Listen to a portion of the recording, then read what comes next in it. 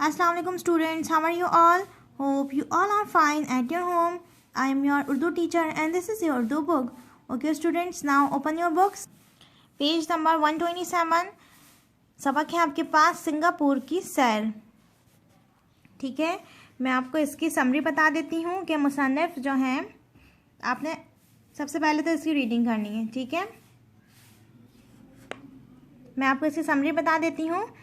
मुसन्निफ जो है वो सिंगापुर की सैर करने को जाते हैं। वहाँ उनके साथ क्या हुआ है वो उन्होंने अपना सफ़रनामा लिखा है। ठीक है, सिंगापुर जाने वाले सेंटोसा जजीरे पर ज़रूर जाते हैं। ठीक है, जहाँ तफरीह, खाने पीने और सैर के सामान हैं।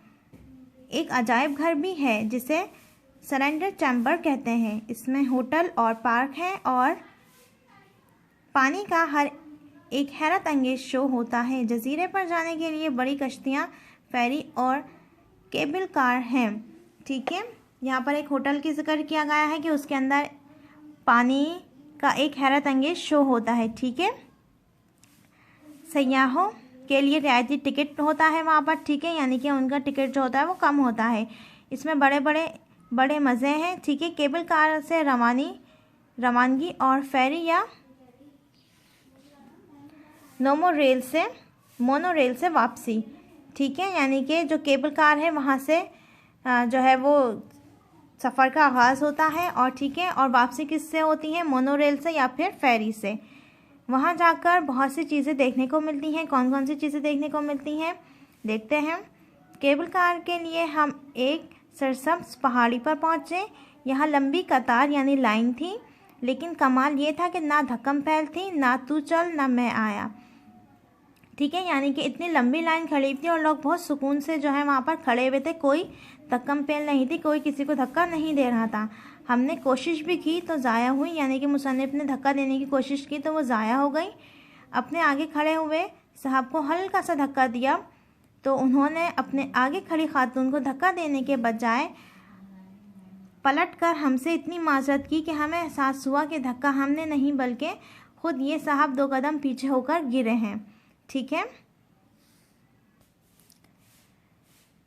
ओके, हम कोई बात नहीं कहते रहे, यहाँ तक कि केबल कार आ गई। इसमें 6 आदमी बैठते थे। हमारा नंबर आया तो धक्का देने वाला शख्स के साथ हमें जगह मिली। वो हमें देखकर मुस्कुरा रहा था, हम भी मुस्कुरा दिए। आइंदा तौबा की कि जब तक सिंगापुर में रहेंगे किसी को धक्का नहीं देंगे। हम समंदर के ऊपर से गुजर रहे थे। नीचे बंदरगाह और जहाज़ छोटे छोटे नज़र आ रहे थे। यही हमारी मंजिल थी। ठीक है, सेंटोसा आइलैंड तफरीह के अलावा सिंगापुर की तारीख का एक अहम हिस्सा है।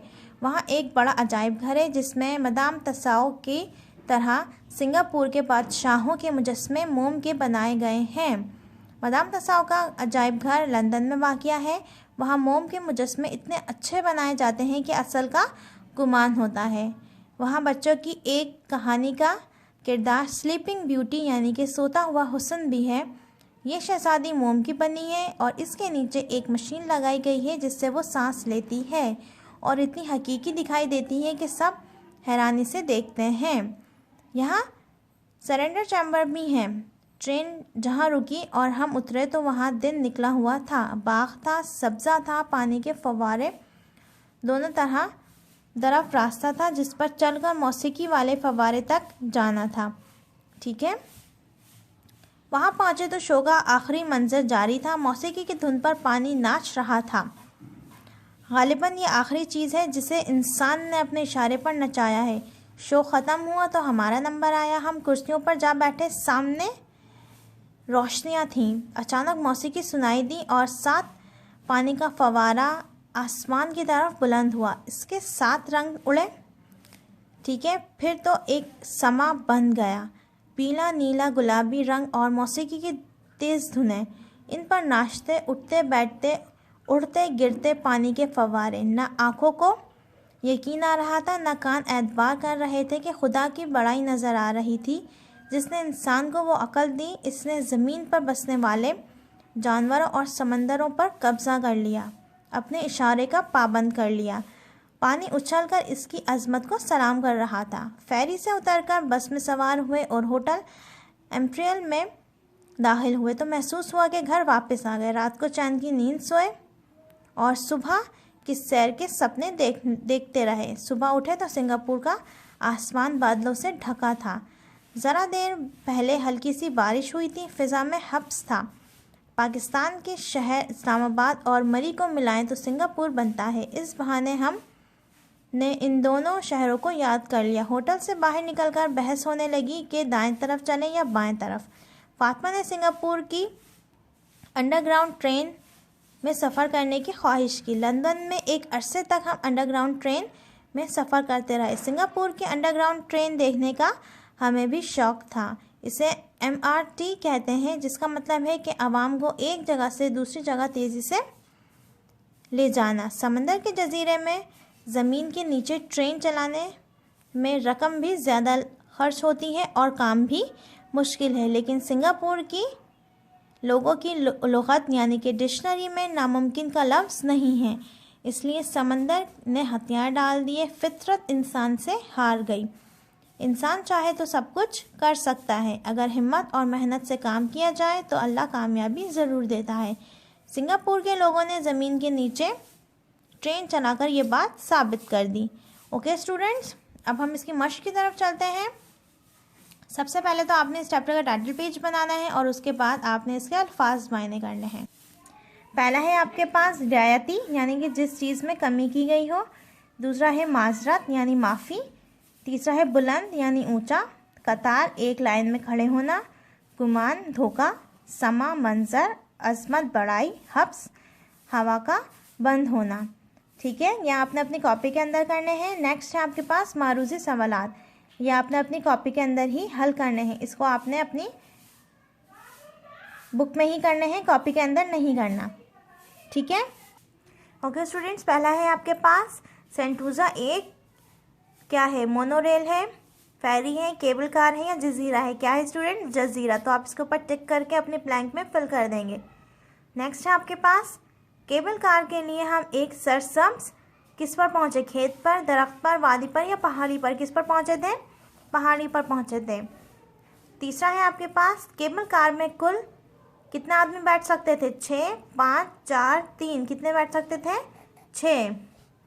ओके, 4 है आपके पास सिंगापुर के लोगों की लुग़त में किसका लफ्ज़ नहीं है? कामयाबी का, नामुमकिन का, हिम्मत का या मेहनत का? किसका? नामुमकिन का। ठीक है, आप इसके ऊपर टिक कर देंगे। Okay students, now open your copies. Copy के अंदर हमने सवाल जवाब की हेडिंग डालनी है और सवाल जवाब करने हैं। पहला है आपके पास MRT किसे कहते हैं? जवाब में आप लिखेंगे सिंगापुर की अंडरग्राउंड ट्रेन का नाम है, जिसका मतलब है कि आवाम को एक जगह से दूसरी जगह तेज़ी से ले जाना। ठीक है, दूसरा सवाल है आपके पास सरेंडर चैम्बर किसे कहते हैं? जवाब में आप लिखेंगे सिंगापुर का एक अजायब घर है जिसे सरेंडर चैम्बर कहते हैं। ठीक है, तीसरा सवाल है आपके पास सिंगापुर की तारीख का अहम हिस्सा क्या है? जवाब में आप लिखेंगे सेंटोस आइलैंड सिंगापुर की तारीख का एक अहम हिस्सा है। ठीक है, चौथा सवाल है मदाम तसाओ का अजायब घर कहाँ वाक़ है? जवाब में आप लिखेंगे मदाम तसाओ का अजायब घर लंदन में वाक़ है। ठीक है, तीसरा सवाल है आपके पांचवा सवाल है आपके पास फातिमा ने किस चीज़ की ख्वाहिश की? जवाब में आप लिखेंगे फातिमा ने सिंगापुर की अंडरग्राउंड ट्रेन में सफ़र की ख्वाहिश की।